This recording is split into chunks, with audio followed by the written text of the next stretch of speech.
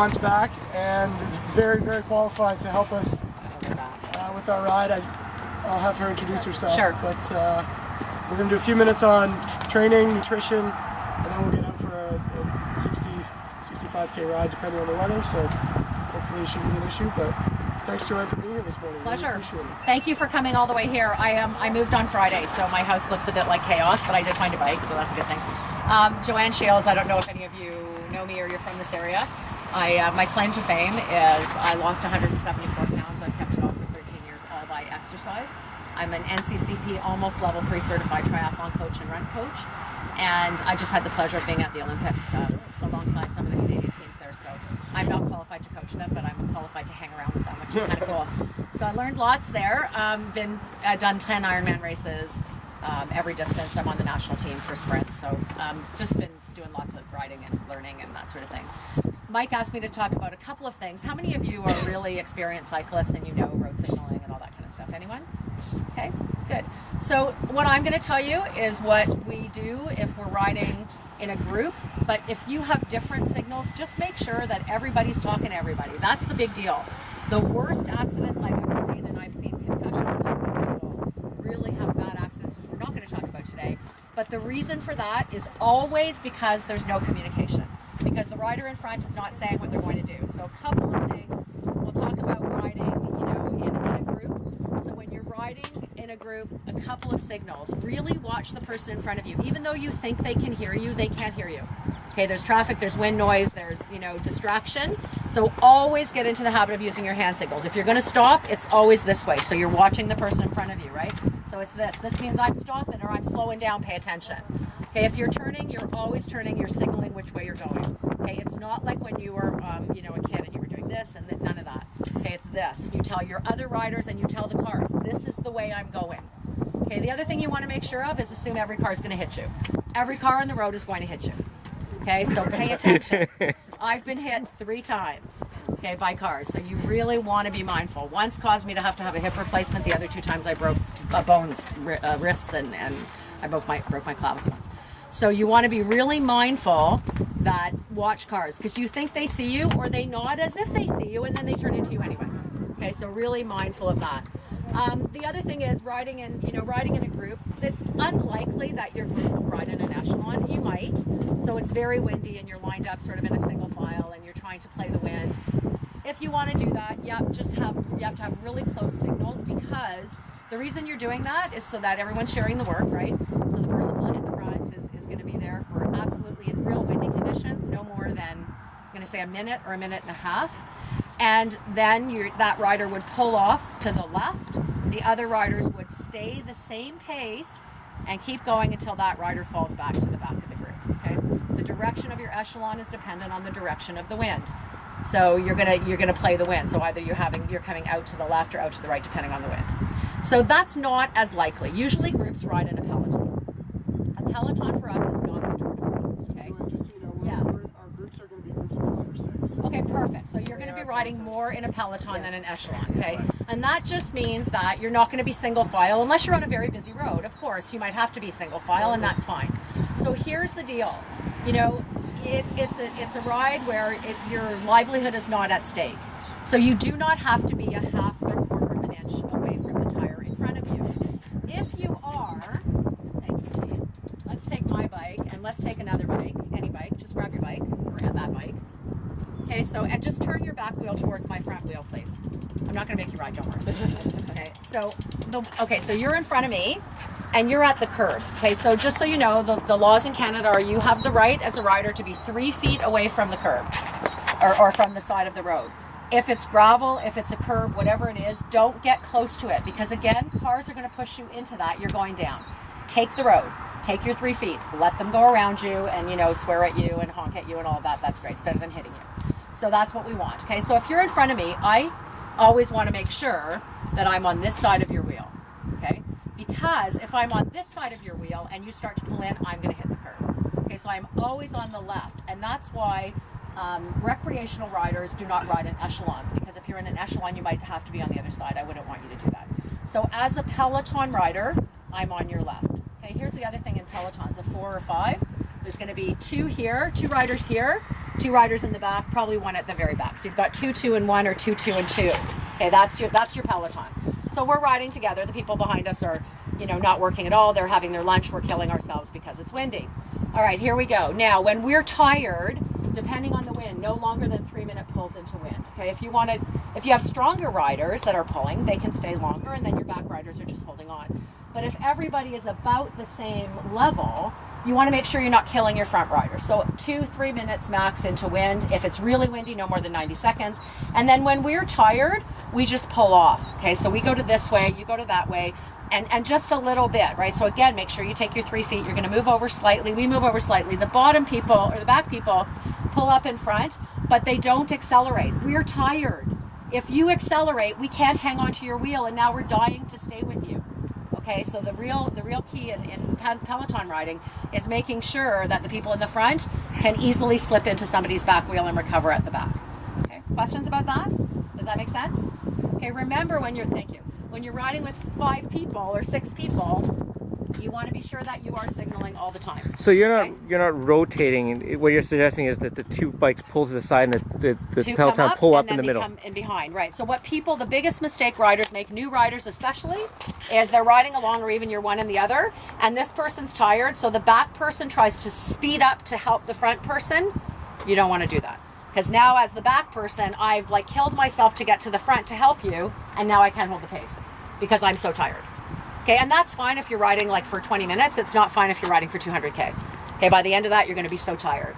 So let that person sort of peel away. The other people come through. If you're in a line, same thing. The person at the front would go to the left, stay there, slow down just a little bit.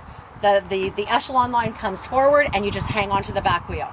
Okay, and watch. You got to look behind you. If you're like Johnny Hotshot rider and you can ride really heavy, but you're dropping the rest of your pack, you're not helping them. If you're riding as a group and you want to end as a group, it's different if you're a solitary rider and everybody's on their own. That's a different thing. Then drop the riders and, prove how great you are. But if not, if you're trying to pull people along and get everybody through, then you want to be really mindful that, people might be tired, and that's a really critical issue. Or you might have better riders or not such good riders. So I ride with some riders that are much better than me. They pull the whole time. The whole time they're in front, and my training ride is to stay on their wheel. Okay, so you need to decide what's best for your group and talk to each other about that. John, can you touch on distance? Yes. So, say more. Distance between.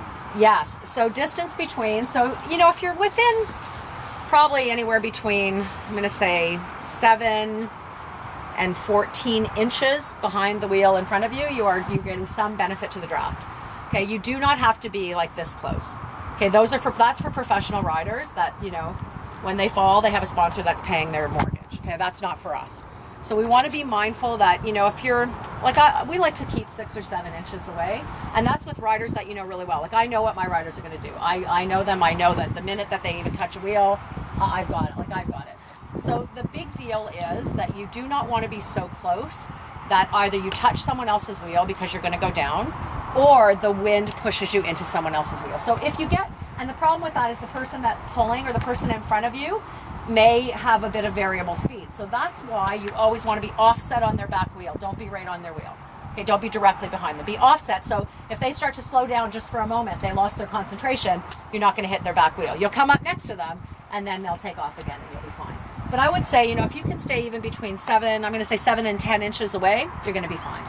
Okay, and so you don't have to have a big gap, but a small gap until you really get comfortable with your riders, and then you can get closer. Okay, but up until then, and always offset your wheel. We've seen more crashes. I don't know if you all saw the Tour de France this year. The first week was crashes. How many of them were touching wheels? Oh, so many. And I'm sure you're riding just about the same pace as those guys. Yeah.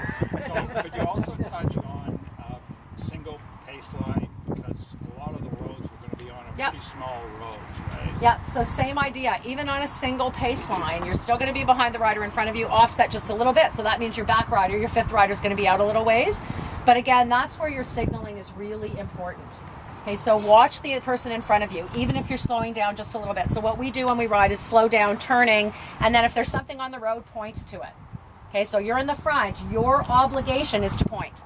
Okay, to point and to point. The other thing we do is the one audio signal, or audible signal that we use, is for crossing. So if you're crossing, we'll say like car back, car up, car right, clear, if an intersection is clear. Make sure if you're yelling clear, that it's clear for your whole group, not just you can beat that car that's coming. Okay, again, we've seen riders hit because somebody yells clear, and by the time the third rider goes, they're hit. So, all of that is important for you to make sure that you're really communicating with each other. And if not, if you have problems or something's going on, stop the group. Like, tell them you're stopping at the side of the road and go, okay, we need to make sure that we're all on the side, or we need to break up a little bit. If it's a really, really busy road and you can't offset and it's really tight riding, then split your group up. Send 2 riders together and 3 riders together, or 3 and 3. Okay, and say, at the next checkpoint or whatever, we're all going to hook up again. Okay, so that you're safe. I think that riding in a single line is probably easier in that there's not too many people. You don't have a big long, like you don't have 50 riders in a group, which is hard because they're all different paces and styles and whatever. So I think that's good. Climbing and descending. So climbing, you probably know a lot about how to gear on a climb and all of those things. Just be mindful when you are climbing that, if you make a commitment to be out of the saddle, that it's hard sometimes to get back into the saddle on a steep climb. So, until your cadence is dropping between maybe 50 and 60, that's the time to get out of the saddle. If not, you're expending a tremendous amount of energy to go over the hill, and you may not be able to sustain that gear all the way up. So new riders, not people that are very experienced, and again, I don't want to talk to you as if you don't know what you're doing, so I'll just talk and if it doesn't apply to you. But new riders, we always tell them, look at the grade of the hill at the bottom and shift to the gear that you think you're going to be in at the top, because you all know that you don't want to drop your chain on a hill. So, and you will. Okay, so if you try to shift, inappropriately on a hill, you're going to drop your chain, and that can be troublesome, especially if your feet are clipped in and you're not, quick to get them out. Then you're like, yeah, follow. So that's important. Descending, the most important thing on a descend. So what's the fastest descend you've ever been? How fast have you ever gone down a hill? Give me your Ks per hour. 65? 70? Yeah. Okay. Yeah. All right, so I just want you to think about that for a moment. 70K an hour. It doesn't take Einstein to figure out that the bike is meant to stay upright and go forward at that pace, okay? Because you have, just the law of physics tells you, right? If you keep the bike upright, it's going down, the wheels are gonna turn and you're gonna stay upright. What can upset that really quickly is shifting your weight on the bike. Do not do it. Okay, we've seen people like just go, oh, I think I'll go, from my hoods to my arrows. It's like, you're never going to be in your arrows on a steep descent anyway.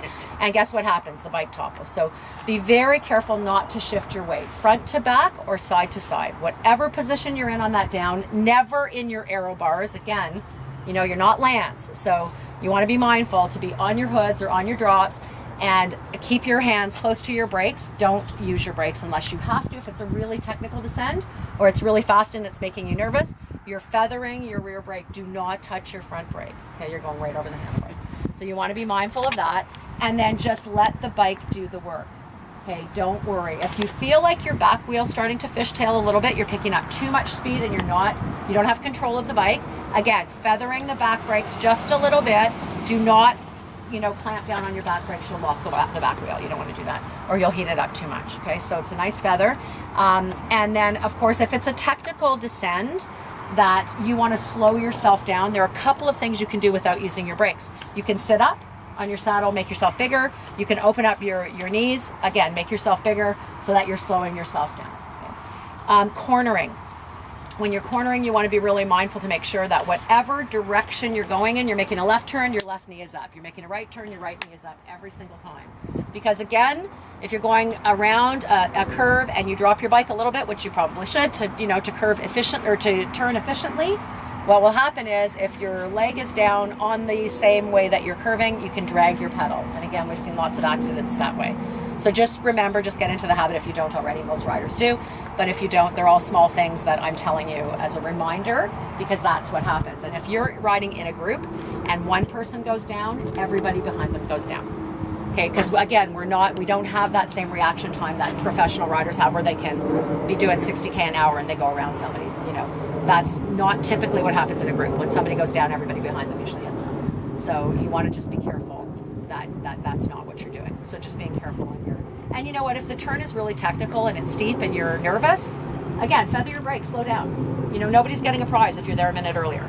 It's a charity ride. Okay, it's not, you're not doing this for a living. So take your time on that. Can you touch on climbing and descending in a line, issues, safety issues, etc.? Yeah, I'm going to tell you the truth. Like for people that don't ride together a lot and are not professional or really, really technical riders, I wouldn't count on my group to climb or descend with me. I'd say I'll see you back at the bottom, you know, or we'll make sure that we all regroup when everybody's up and over. And then, you know, unless it's a gentle climb, that's no big deal. If it's not steep, you know, you can do the same things. Go in your line or go in your Peloton in your group and you can stay together. But the challenge is that if somebody's really struggling and you've seen this, like, I don't know, who's Keith? Well, my Keith, but is there another? Okay. Keith that lives in this area? Yeah. Okay. So like, for example, if you're going up Six Line Hill, you're not going up Six Line Hill, which is a very steep climb in a group, unless you know that everybody can climb at about the same rate and they're comfortable. Because you're going to have people that are really going to struggle and are going to like be weaving all over the place, and you've got someone else that's straight, smooth, goes right up. So I wouldn't necessarily recommend that you climb or descend with others. Keep them close by, you know, so you can regroup when you're back on relatively rollers or, you know, back on flats. But when you're going up those hills, I think you're on your own. Also, some people really like to pound up hills, right? It's just better for them. They're like, I'm going to get this over with fast. Short-term pain, yeah.